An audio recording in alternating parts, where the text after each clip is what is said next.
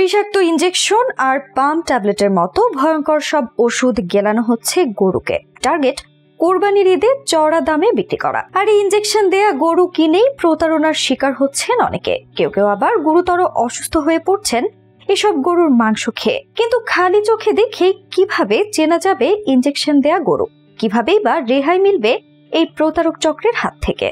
মোটা তাজা গরু মানেই ভালো গরু, এমন একটি ধারণা অনেকের মনেই বদ্ধমূল হয়ে আছে। কোরবানির পশুর হাটে সারি সারি সাজানো থাকে নানা রং ও ঢঙের ফুটফুটে নাদুস নদুস গরু। তবে গরুর এমন ফুটফুটে তাজা চেহারার পেছনে লুকিয়ে আছে এক অজানা রহস্য। সাম্প্রতিক অনুসন্ধান বলছে মোটা তাজা গরু দিয়েই সবচেয়ে বেশি প্রতারণা করা হচ্ছে। কোরবানির ঈদকে সামনে রেখে এক শ্রেণীর অসাধু খামারি ও ব্যবসায়ী গরুকে মোটা তাজা করতে অবাধে ব্যবহার করছে নানা ব্র্যান্ডের পাম ট্যাবলেট, ডেক্সামেথাথন ও স্টেরয়েডের মতো ভয়ানক ক্ষতিকর উপাদানের ওষুধ। এসব গরুর মাংস খেয়ে মানুষ লিভার, কিডনি, ক্যান্সার, হৃদযন্ত্র ও মস্তিষ্ক ক্ষতিগ্রস্ত সহ মারাত্মক রোগে আক্রান্ত হতে পারে বলে স্বাস্থ্য বিশেষজ্ঞরা জানিয়েছেন। বিশেষজ্ঞদের মতে পাম, ডেক্সামেথাথন ও স্টেরয়েড ট্যাবলেট খাওয়ানোর পর গরুর চামড়ার ভেতরে বাড়তি পানির স্তর জমে গরুকে বেশি মোটা তাজা ও সবল দেখায়। এতে কমে যায় গরুর রোগ প্রতিরোধ ক্ষমতা। পাম বড়িতে ক্ষতিকর স্টেরয়েড থাকে। স্টেরয়েড গরুর দেহে মারাত্মক বিষ ছড়িয়ে দেয়, এতে গরুর লিভার নষ্ট হয়ে যায়। অন্যদিকে ডেক্সামেথাথন গরুকে খাওয়ালে আর সেই মাংস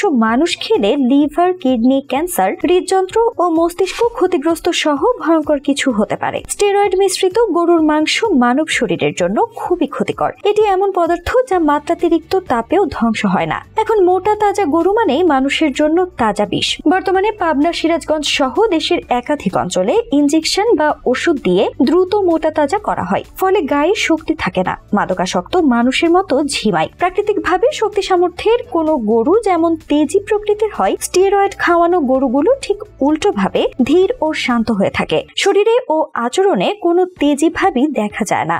স্টেরয়েড খাওয়ানো গরু চেনার উপায় হচ্ছে এসব গরু অসুস্থতার কারণে সবসময় নীরব থাকে। কৃত্রিমভাবে মোটা করা এসব গরুকে নির্দিষ্ট সময়ের মধ্যেই জবাই না করলে মারা যায়। খামারিরা কোরবানির ঈদকে সামনে রেখে অল্প সময়ে গরুকে ইনজেকশন বা ট্যাবলেট খাইয়ে মোটা তাজা করার কাজে ব্যস্ত রয়েছে। তারা সাধারণ মানুষকে খামারে ঢুকতে দেয় না। প্রাণী সম্পদ বিভাগ সূত্রে জানা যায়, বাজারে এ ধরনের মোটা তাজা গরুর মধ্যে রয়েছে Pabna breed, Australian Friesian breed, Indian Hariana breed, Pakistani Sahiwal breed. পাশাপাশি রয়েছে স্থানীয় ব্রিডিং পদ্ধতি যা লোকাল ক্রস ব্রিড নামে পরিচিত। এসব ব্র্যান্ডের সব গরুই মোটা তাজাকরণ প্রক্রিয়ায় বড় করে বাজারে তোলা হয়। গরুকে স্টেরয়েড জাতীয় ওষুধ খাওয়ালে তা যেমন গরুর জন্য ক্ষতিকর, তেমনি ওই গরুর মাংস বিষাক্ত হয়ে পড়ে। তবে এই মুহূর্তে সবচেয়ে বড় প্রশ্ন হচ্ছে, ক্ষতি জেনেও কিভাবে আসছে এসব ওষুধ?